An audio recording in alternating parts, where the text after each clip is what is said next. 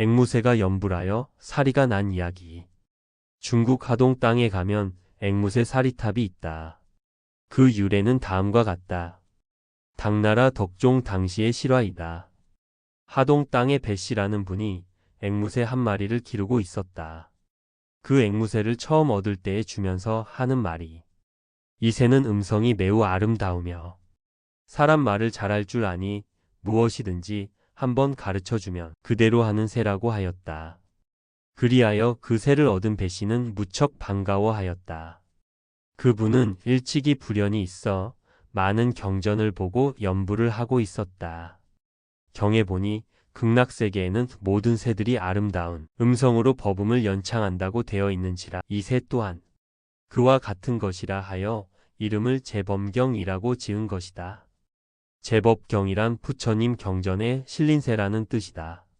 말만 할 줄 아는 것이 아니라 아주 영특하여 연불을 가르쳐 주니 그대로 하며, 그리고 삼장육제의 날은 주인이 가서 오늘은 잿날이니 아침 한 끼만 먹고 먹지 말아야 한다고 해주면 아침에 한 번만 먹고는 종일 먹지 않는 것이다. 그 먹이를 쳐다 보지도 않는다는 것이다. 그 의지가 굳셈이 계행을 엄수하는 청정한 범승과도 같은 것이었다. 주인 배씨는 비록 금수일망정 귀여워하며 항상 친근하여 또한 공경하는 것이었다.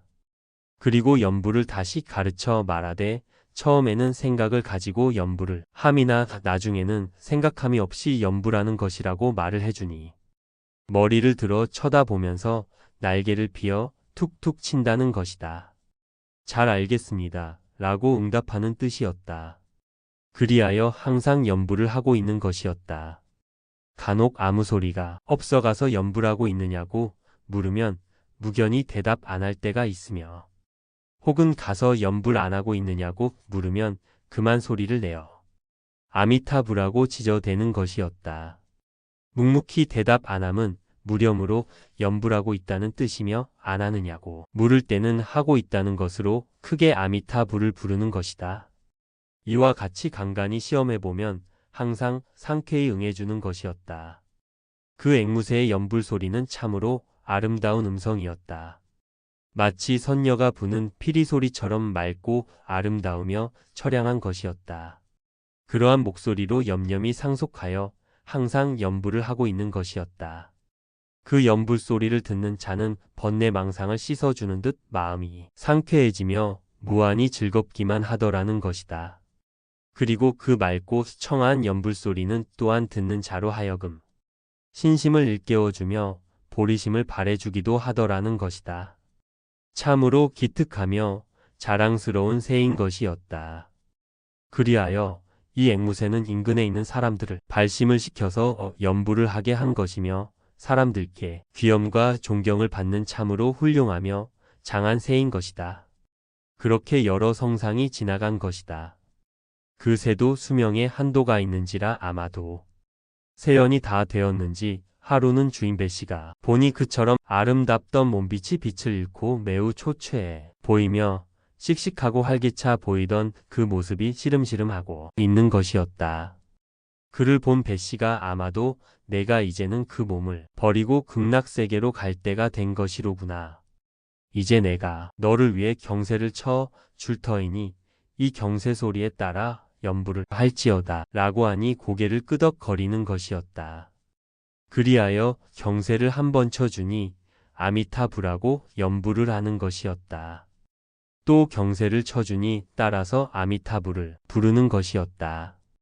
10번을 쳐주니 10번을 다 따라서 아미타불을 처량하게 부르는 것이었다. 10번을 다 채워 부르고는 날개를 모으고 발을 오그리며 주저앉는 것이었다. 그리하여 눕지도 않고 움직이지도 아니하고 그냥 가만히 있는 것이었다. 그 순간 온 집안에 향취가 풍기며 그 몸에서는 다시금 광채가 빛나는 것이었다. 그대로 그 몸을 버리고는 이윽고 서방 극락세계로 떠나고야 만 것이다.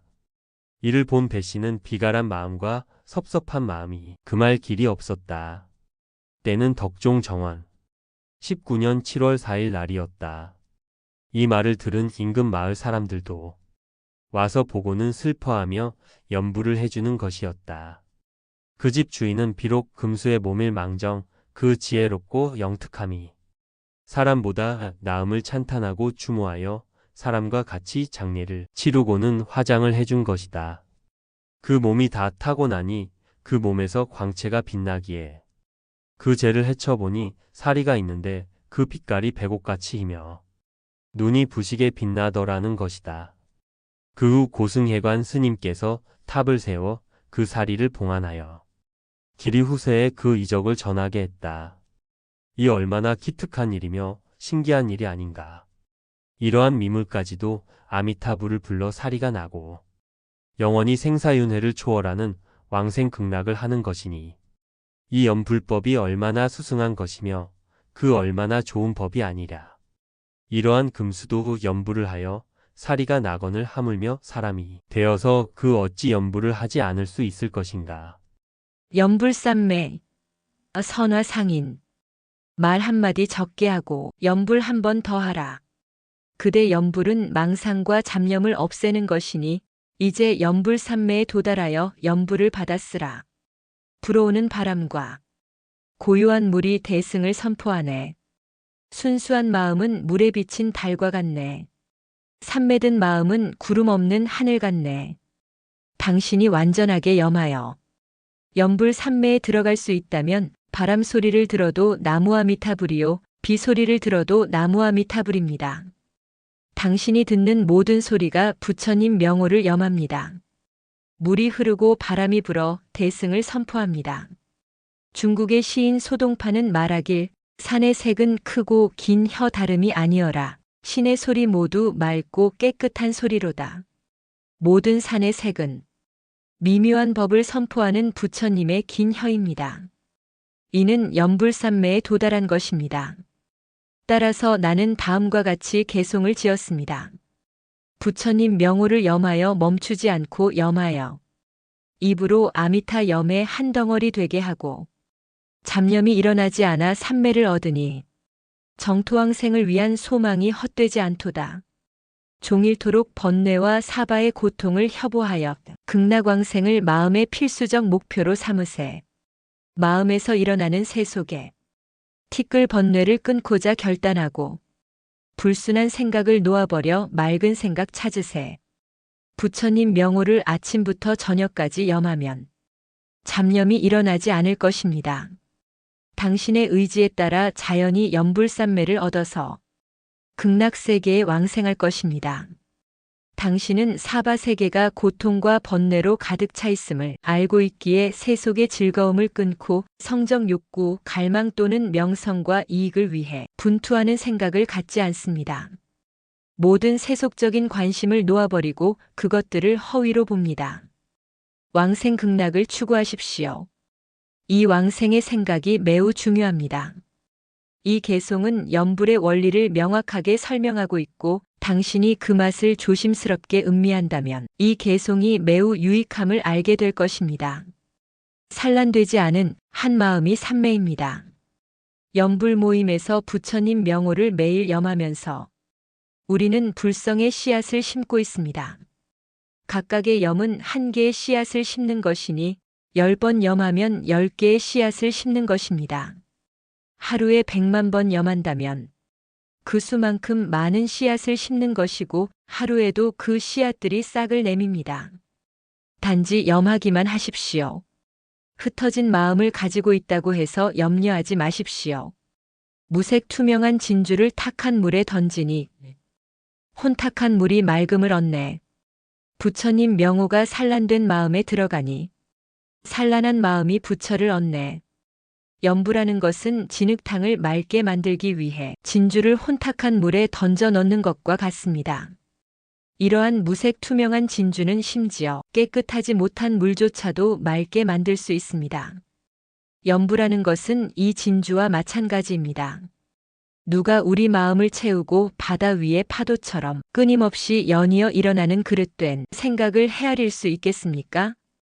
부처님 명호가 산란된 마음에 들어가면 산란된 마음이 부처가 됩니다.